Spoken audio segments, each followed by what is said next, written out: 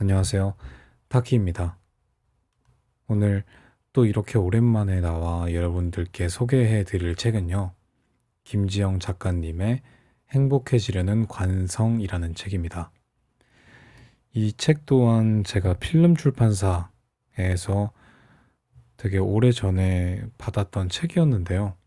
오랜만에 책을 꺼내 들어서 그래도 책을 받은 그 보답을 제가 해드려야 되는 게 맞다고 생각하여서 꺼내 들게 되었습니다. 거의 한 2년 만, 1년 반, 2년 만에 꺼내든 책인 것 같은데, 제가 이 책을 왜 이제 와서 읽었을까라는 생각이 들 정도로 책 자체가 되게 훈훈하고요.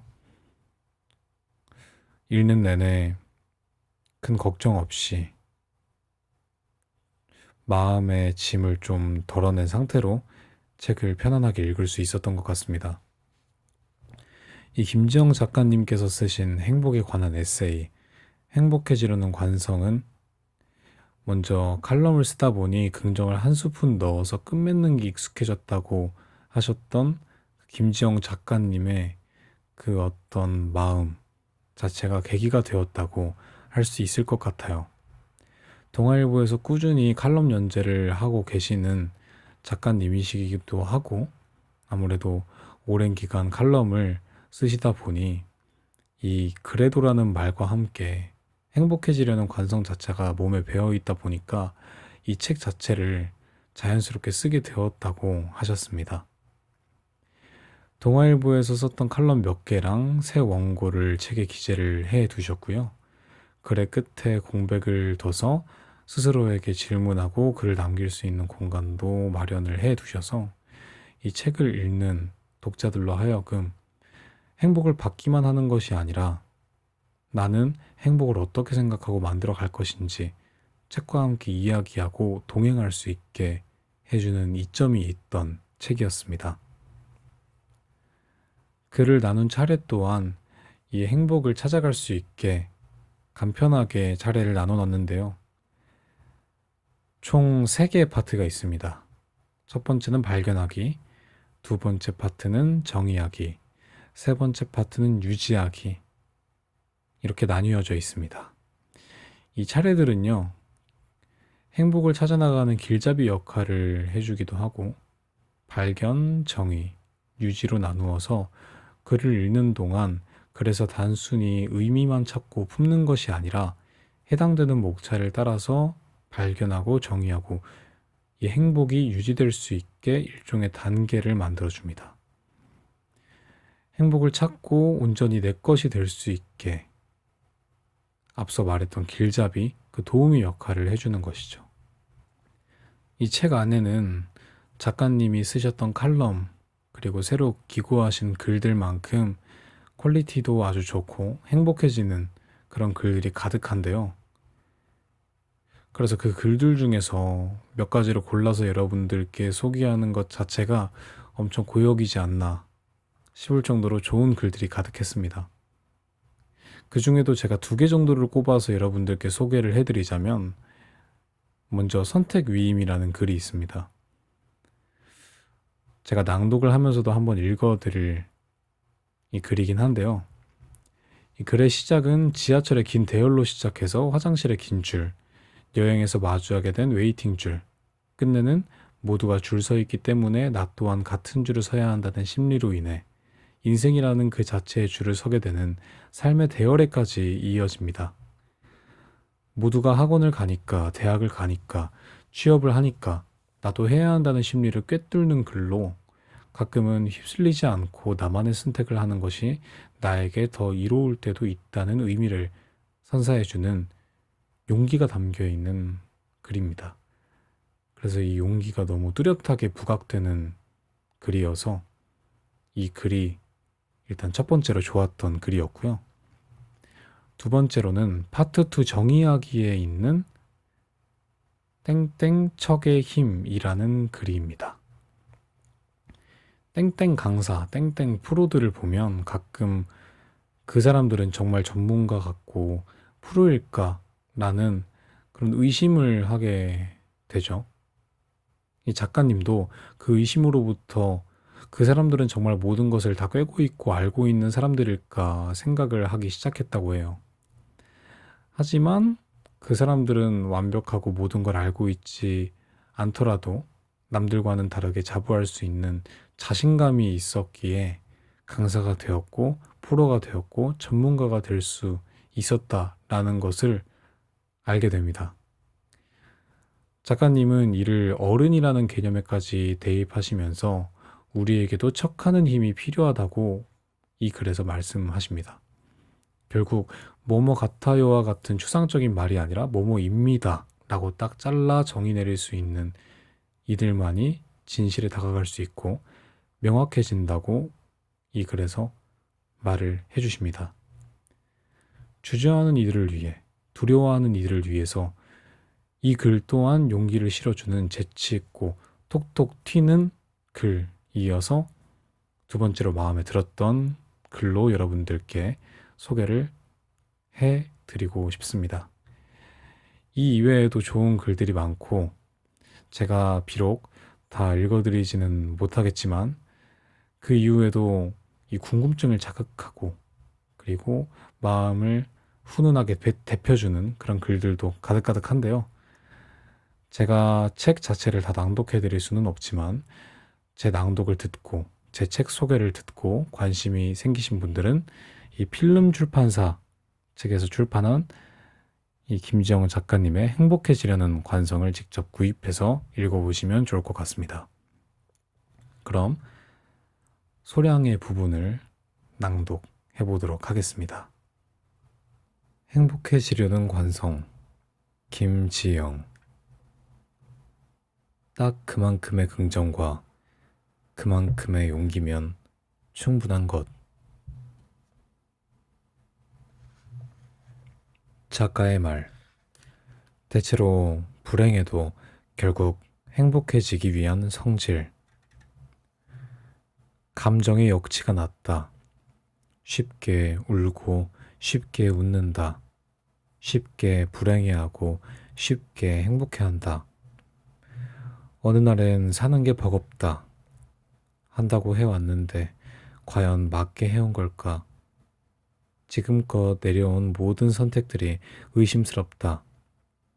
툭 치기만 해도 눈물이 터질 것 같고 끝도 없는 바닥으로 침잠한다.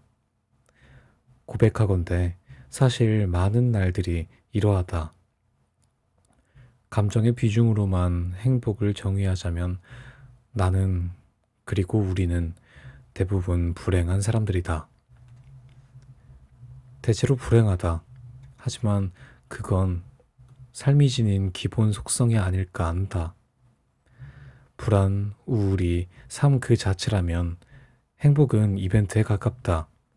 때문에 영속적 행복의 상태란 영영 달성할 수 없는 무엇이다. 그러므로 중요한 것은 결국 마지막 마음, 하루 또는 한 생의 분의 단락을 마무리하는 마지막 문장이다. 불행한 일이 많았던 날엔 좋아하는 일을 해 행복의 0점을 맞춘다. 아끼는 차와 함께 읽고 싶었던 책을 보거나 내일이 없을 것처럼 뛰거나 집 앞 곰탕집에 혼자 슬리퍼를 끌고 나가 소주를 곁들이기도 한다. 가끔은 미친 척 좋아하는 사람과 다음날 오후 반차를 신청하기도 한다. 바로 지금 여기서 행복해 버릇하지 않으면 내일도 행복에 실패할 것을 알기에 스스로를 기쁘게 만드는 일을 결코 포기하지 않는다. 그래도 괜찮다고 다 잘 될 것이라고 불행이 열거된 하루의 끝에도 기어코 그래도로 시작하는 문장을 더해 대체로 불행해하더라도 끝내 행복해지고야 만다. 우연한 행복은 무르다. 타의에 의해 쉽게 망가지고 스스로도 확실하게 손에 쥘 수 없다. 때문에 나는 보다 적극적이고 단단하게 행복하려 한다. 삶의 디폴트 값으로 불행을 이해하고 오늘 나의 최종 기분으로 행복을 선택하는 것. 이러한 날들이 쌓이면 마침내 행복은 관성이 된다. 종래에는 반드시 돌아가고야마는 최종적 감정 상태. 한 사람이 이렇게까지 행복에 진심이게 된 데에는 응당 계기가 있으리라. 크게 두 가지가 있다. 근본적인 것과 결정적인 것. 근본적인 계기는 아마도 오래전 가족에게 있었던 사고일 것이다. 가족의 상처를 매개로 공감을 얻는 일이 내키지 않아 굳이 써오지는 않았지만 빼고는 어쩐지 설명이 불충분한 느낌을 지울 수 없어 이 책의 전삭 격인 사연을 짧게나마 덧붙인다. 중3 때였다. 동생 생일 전날 하굣길 집 앞에서 헐레벌떡 뛰어나오는 엄마를 만났다. 아빠가 조금 다쳤다며 금방 돌아오겠다던 엄마는 그날 돌아오지 않았다. 다음날 아침 미역국도 못 먹고 풀 죽어 등교하는 동생 모습에 엄마에게 전화를 걸어 짜증을 냈다. 대꾸도 없이 듣고만 있던 엄마는 미안하다고만 했다. 그날 저녁 나의 세상이 무너져 내렸다. 사고가 있었고 위독하다 했다. 우연한 사고에 이유가 있을 리 만무하지만 계속 왜? 하는 질문만이 맴돌았다. 우리 아빠가 왜? 불과 그저께 우리와 함께 동생 생일 파티 계획을 짜던 아빠였다. 누구보다 건강하고 다정하던 아빠였다. 울다 지쳐 잠이 든 다음 날 아침 나쁜 꿈을 꾸고 일어난 듯했다. 아빠 하고 부르면 저쪽 방에서 두 팔을 벌린 아빠가 걸어 나올 것만 같았다. 단축 번호 3번을 꾹 눌러 보았지만 전원이 꺼져 있어 나는 음성만 야속하게 흘러나올 뿐이었다. 결론을 이야기하면 한 달 가까이 생사를 오가던 아빠는 기적적으로 건강을 회복했고 이제는 사건이라 부를 수 있게 된 그 일 이후 서로가 건강한 오늘에 그저 감사하게 되었다. 이후 나는 설마 하는 유의 모든 일들이 내게도 일어날 수 있음을, 당장 내일 내가 사라지더라도 사실은 하나도 이상한 일이 아님을 분명하게 실감했다. 상극인 듯 닿아 있는 죽음과 행복의 존재를 동시에 의식하는 사람이 되었다. 그러니까 그 일은 일종의 임사체험이었다. 상투적이지만 절대적인 메시지의 체화. 오늘 살아있음에 행복하지 못할 이유가 없었고 오늘의 행복을 내일로 미룰 이유는 더더욱 없었다. 더 쉽게 행복해졌고 더 적극적으로 행복하기로 했다. 보다 결정적 계기는 역시 이 책의 근간을 이룬 칼럼 연재이다. 2018년 2월부터 현재까지 동아일보 2030 세상 지면에 칼럼을 연재해 오고 있다.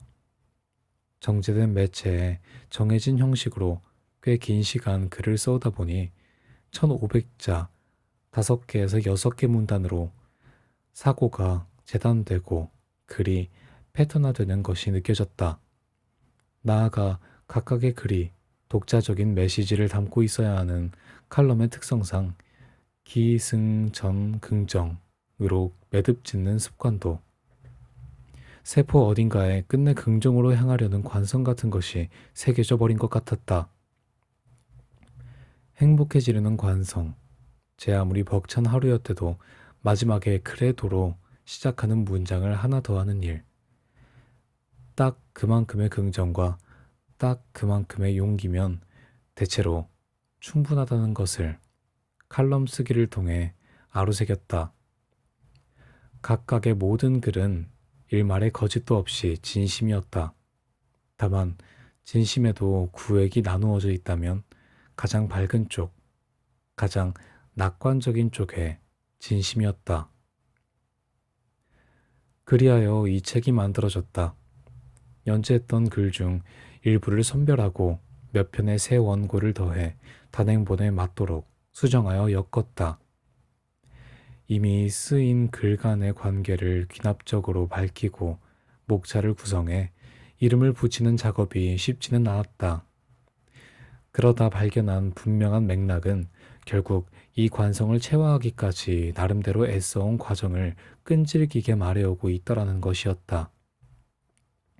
각 장은 행복해지려는 관성의 체득을 위한 단계적 접근이다. 이를 통해 결국 행복은 노력을 통해 성취하는 것이 아니라 연습을 통해 발견하고 단련을 통해 유지하는 것이라는 생각을 나누고 싶었다. 이 책이 자신만의 행복해지려는 관성을 구축해 나가기 위한 연습장으로 쓰이길 바라는 마음에 중간중간 충분한 여백과 질문, 답변란을 두었다. 일련의 과정을 통해 책을 덮는 끝에 독자 스스로가 제 아무리 벅찬 하루였대도 마지막에 그래도로 시작하는 문장 하나를 더할 수 있기를, 딱 그만큼의 긍정과 용기를 가질 수 있기를 감히 희망한다. 부족한 생각이 당신께 닿을 수 있도록 기회를 허락해 주신 동아일보와 필름 출판사에 감사한 마음을 전한다. 에밀리 디킨스는 지상에서 천국을 찾지 못한 자는 하늘에서도 천국을 찾지 못할 것이라고 말했다. 행복도 습관이라고들 한다. 더 나아가 행복은 관성이 되어 마땅하다. 보다 본질적인 속성으로 체화되어야 하는 것이다. 그때 우리 고작 책 한 권, 고작 밥 한 끼, 고작 문장 하나로도 다시 행복해질 수 있는 보다 견고한 행복을 구축할 수 있으리라. 자주 울더라도 결국 웃게 될 것이다. 대체로 불행하더라도 결국 행복해질 것이다. 단언컨대 고작 무엇으로도 행복해질 수 있다는 것은 참 멋진 일이다. 그 멋진 일이 당신께도 깃들길, 아니 당신이 선택하길 온 마음으로 응원한다. 2021년 8월 김지영.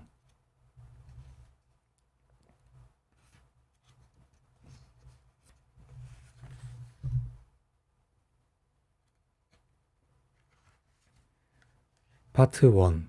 발견하기. 별것 아닌 일상일지라도 그래도.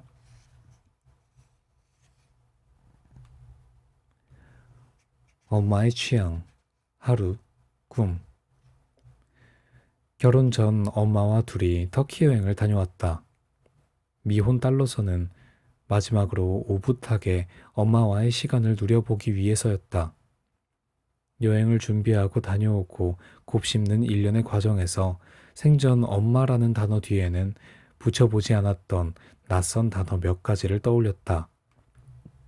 취향, 하루, 꿈. 국가를 고르는 것부터 루트, 상세 일정에 이르기까지 뭐 하나 어려운 것이 없었다. 가령 이런 식이었다.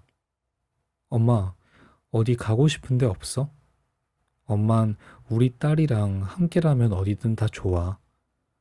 엄마, 이거랑 이거 중에 뭐가 더 땡겨? 엄만 다 좋아. 취향이 없는 혹은 있어도 쉬이 말하지 못하는 엄마가 늘 답답했다. 엄마가 좋아할 만한 선물을 고르는 것도, 엄마가 하고 싶을 만한 일을 찾아 함께하는 것도 의뢰 딸들의 몫이었다. 엄마 세대 엄마들은 다 그런 걸까? 형제를 위해, 가족을 위해 희생해 버릇한 대가로 엄마는 욕심과 함께 취향을 잃어버린 걸까? 아니, 만들 기회조차 없었던 걸까? 취향이라는 게 그렇다. 일종의 버릇이라 내 마음 가는 대로 안 해버릇한 이에겐 생기지조차 않는다. 그래서 엄마의 다 좋아는 나를 아프게 했다. 열흘간의 여행을 마칠 때쯤 또 하나의 아픈 사실을 깨달았다. 나는 단 한 번도 엄마의 24시간을 온전히 지켜본 적이 없었다.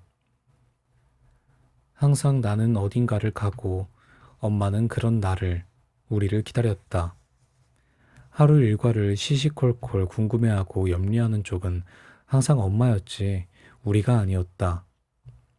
딸 셋의 하루가 끝날 때 엄마의 하루가 끝났다. 엄마, 우리 내일은 늦잠 자자가 갱년기로 잠을 설치는 엄마에겐 얼마나 어려운 일인지, 매번 끼니마다 약을 챙겨 먹는 게 얼마나 번거로운지, 엄마가 얼마나 자주 가족 단톡방을 들여다보는지, 엄마가 나를 어떤 표정으로 바라보는지, 11시간의 비행과 10시간의 야간 버스를 거치고 나서야 알았다. 미처 궁금해하지 못했던 엄마의 시간들이 죄스럽게 다가왔다. 여행을 다녀온 뒤에도 엄마의 마음은 한동안 터키에 머물러 있었다. 가만히 있다가도 터키가 너무 좋았어 진짜 하시기를 수차례 나 다시 글을 쓰고 싶어졌어 라고 말씀하셨다. 가슴이 덜컹거렸다. 낯선 경험, 낯선 설렘이 다시 마음을 간지린 것이리라. 엄마는 마흔에 등단을 했었다. 13살이던 그땐 늦은 나이에 참 대단하시다 생각했는데 지금의 나와 고작 몇 살 차이, 내 나이, 내 서른만 특별했지. 엄마의 나이에는 무감각했다. 내 꿈만 중요했지 엄마 혹은 아빠라는 단어는 꿈이라는 뜨거운 단어와는 멀게만 느껴졌다. 엄마에게는 오랜 기간 간직해온 꿈의 시작이었을 것이다. 마흔이. 딸 셋과 씨름하느라 감수성에 젖을 시간은 줄어들었지만 가슴 한편에는 항상 피우다만 불씨가 살아있었을 것이다. 이후 부족하지만 무던히 엄마의 취향을 찾고 하루를 알고 꿈을 응원하고자 했다. 엄마 다 좋아 말고 하나만 골라봐. 엄마 오늘 하루는 어땠어? 엄마 이 책 엄마가 좋아할 것 같아. 남은 그녀의 삶은 그녀를 사랑하는 사람들을 위해서라도 조금 더 이기적이길 바라는 마음으로 부디 다 좋지 말고 아빠 퇴근과 딸들 전화, 손주들 사진만 기다리지 말고 예순이 다 돼서까지 가슴이 뛰는 일을 포기하지 말고 무엇보다 아프지 말고 지금처럼 오래오래 행복하자 우리.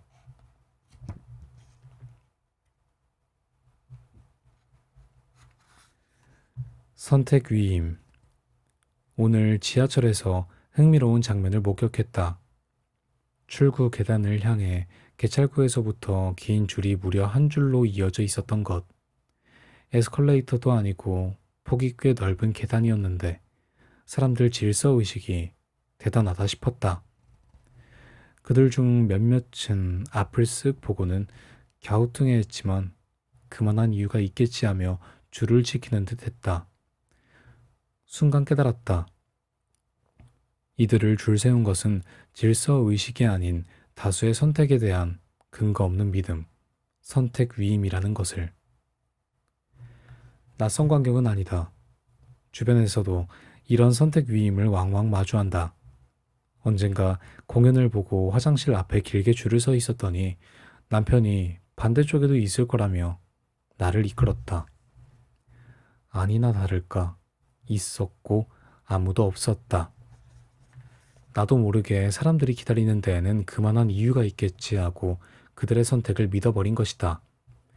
설마 이렇게 가까이에 다른 화장실이 있는데 줄을 서 있을 것이라고는, 이 많은 사람들이 이런 비합리적인 선택을 할 것이라고는 생각지 못했다.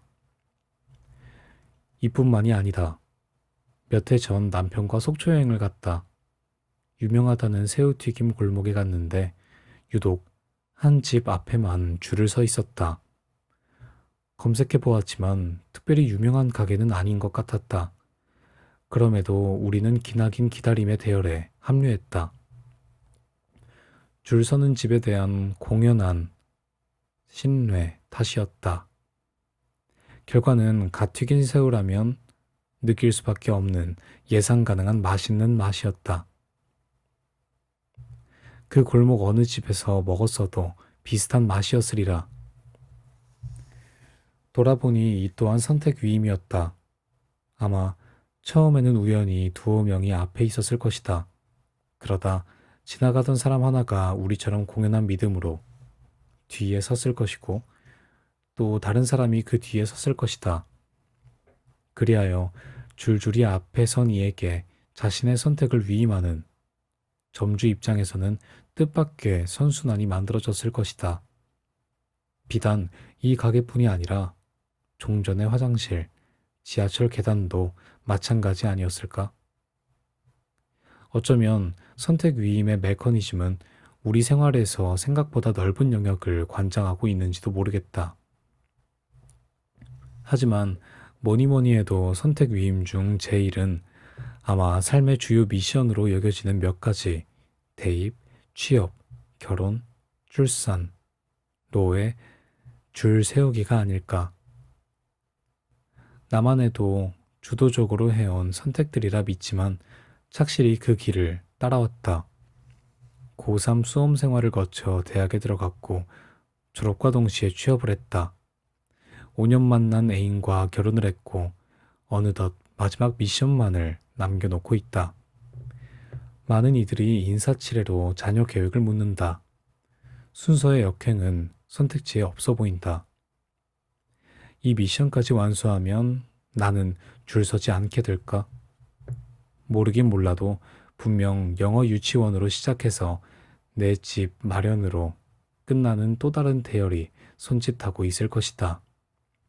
그럼 우리는 과연 그 대열을 쉽게 못 본 채 할 수 있을까? 다수의 타인들에게 선택을 위임하지 않고 오롯이 주체가 될 수 있을까? 아니, 그 길을 따라 걷는다 한들 그 끝에 있는 것이 우리가 원한 것일까? 오늘 광경을 보고 새삼 다짐한다. 앞에 서 있는 많은 이들을 보고 이 길이 맞다 믿어버리지 말자. 고개를 내밀어 보고 이탈의 걷기를 겁내지 말자. 길의 끝에 있기를 희망하는 것은 저마다 다르다.